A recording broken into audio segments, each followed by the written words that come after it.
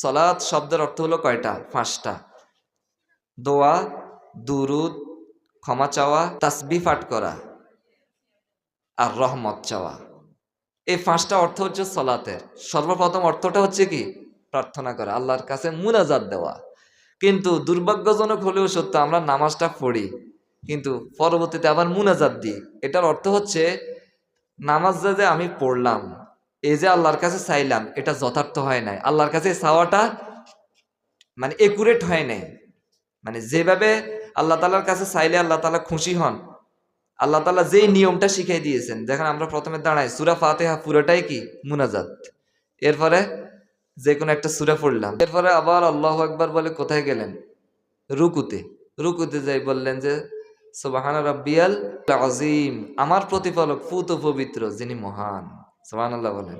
সামি আল্লাহু লিমান হামিদা, সেই আল্লাহর প্রশংসা আমি করে থাকি যে আল্লাহ সবকিছু শুনেন।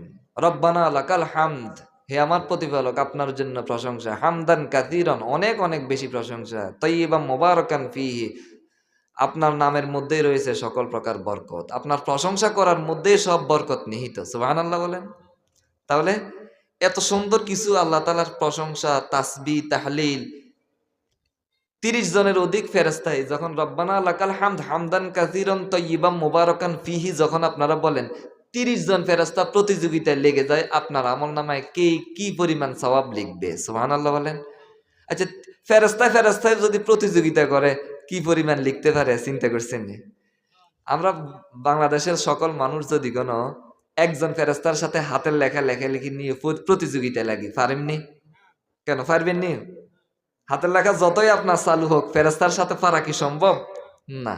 ফেরেশতায় যদি প্রতিযোগিতা লাগে আপনার আমল নামায় সওয়াব লিখতে, তাহলে কি পরিমাণ সওয়াব আল্লাহ আপনার আমল নামায় দিবেন আপনি কি কল্পনা করেছেন একটু? আল্লাহু আকবার, আল্লাহ মহান বলে আমরা কোথায় যাই? সিজদায়। আল্লাহ রাসূল সাল্লাল্লাহু আলাইহি সাল্লাম বলেছেন যে আম্মার রুকুউ ফাআযিমু ফীহি রাব্বা, যখন তুমি রুকুতে যাবা তখন আল্লাহকে বেশি বেশি তাজিম করো, সম্মান জানাও, তাসবিহ করো। ওয়া আম্মাস সুজুদ ফাআকসিরু ফীহি মিনাদ দুআ, যখন তুমি সেজদায় যাবা তখন তুমি বেশি বেশি করে আল্লাহর কাছে চাও। সুবহানাল্লাহ বলেন।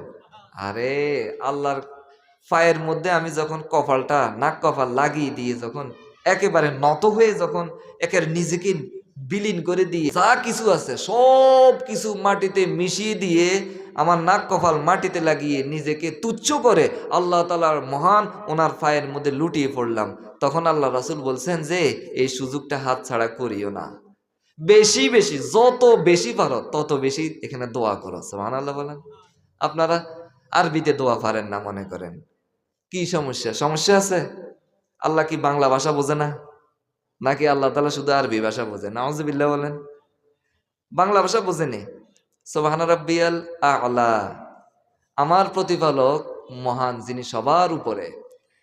এরপরে এটা পড়বেন, পড়ার পাশাপাশি আপনার যত চাওয়া পাওয়া যত কিছু আছে, আপনার মনের মধ্যে যত যন্ত্রণা আছে, যত ব্যথা আছে, যত সমস্যা আছে, যত অভাব আছে, অভিযোগ আছে, সব আল্লাহর কাছে বলেন বাংলায় যে আল্লাহ আমি তো সমস্যায়, আপনি তো দেখতেছেন।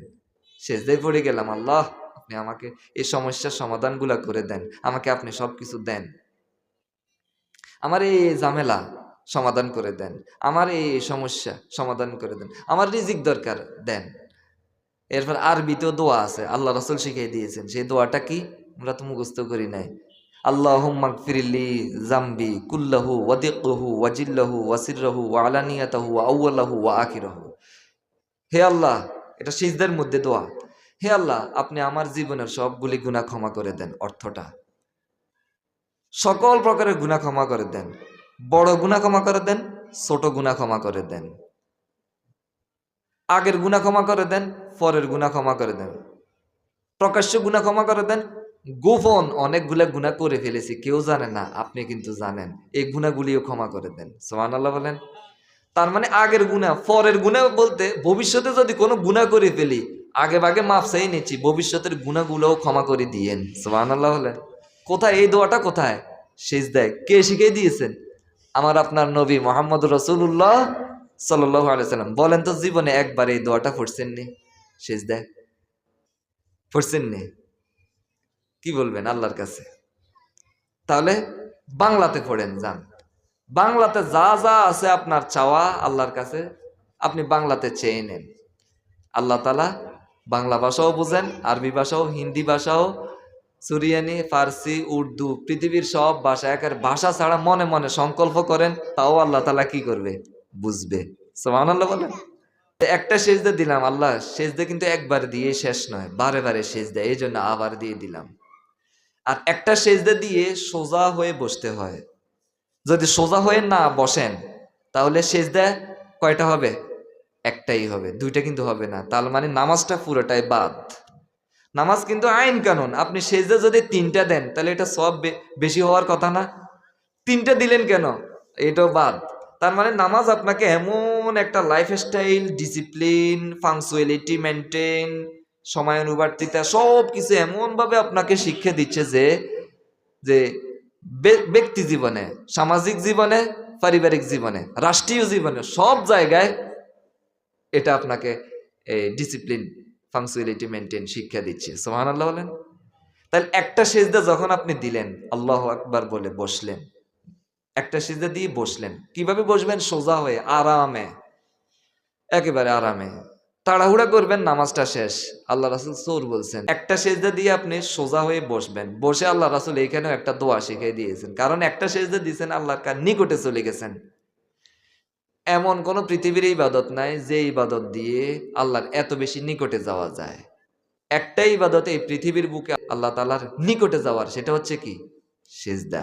নামাজ, নামাজের মধ্যে সর্বশ্রেষ্ঠ কাজই হচ্ছে কি? সিজদা। সুবহানাল্লাহ বলেন। তাহলে একটা সিজদা দিলেন, আল্লাহর নিকটে চলে গেলেন, আল্লাহ খুশি হয়ে গেল, বসলেন। বসে আল্লাহ রাসূল এইখানেও একটা দোয়া ঢুকিয়ে দিয়েছেন। সুবহানাল্লাহ বলেন। এই দোয়াটা কি?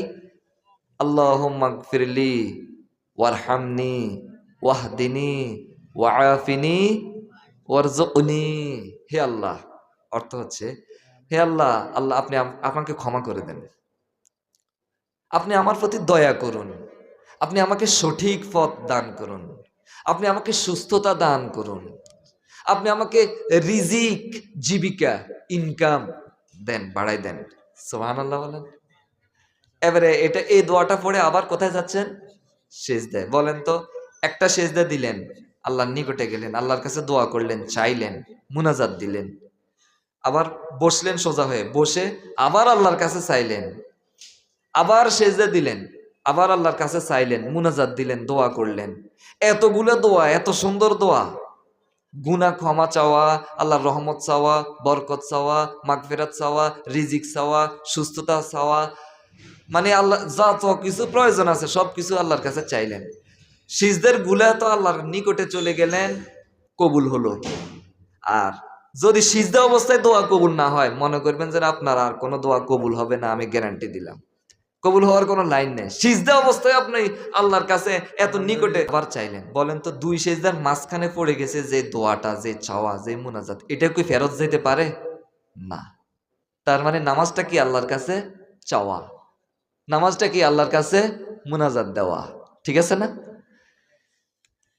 তাহলে এরপরে নামাজটা শেষ করে আবার আপনি হাত তুলে মুনাজাত দিচ্ছেন, ভালো, এটা কোনো আমি বিরোধিতা করতেছি না, কিন্তু আপনার কাছে অনুরোধ, নামাজটাকে কি আপনি মুনাজাত মনে করেন নাই? নামাজটাকে কি আপনি যথেষ্ট আল্লাহর কাছে চাওয়ার জন্য যত কিছু করার দরকার, আপনি কি এটাকে যথেষ্ট মনে করেন নাই? এটা কি আপনি আল্লাহর কাছে চাওয়া হয়েছে, এটা কি আপনি বিশ্বাস করেন নাই? সারা জীবন নামাজ পড়লেন, নামাজটা কি জিনিস, নামাজের ভিতরে কি কি বললেন আল্লাহর কাছে আরবিতে, আপনি এই জিনিসটার অর্থ জানার জন্য একবারের জন্য কৌতূহল আপনার ভিতরে জন্ম নিল না? একটা বারের জন্য আপনার ভিতরে এই কথাটা, এই অনুশোচনা আসলো না যে একটা বারের জন্য আমরা জেনে নেই আল্লাহর কাছে কি কি বলি? এই তো আরবি শব্দ, আমার তো মাতৃভাষা বাংলা, আরবিতে কি কি বলি দেখি না।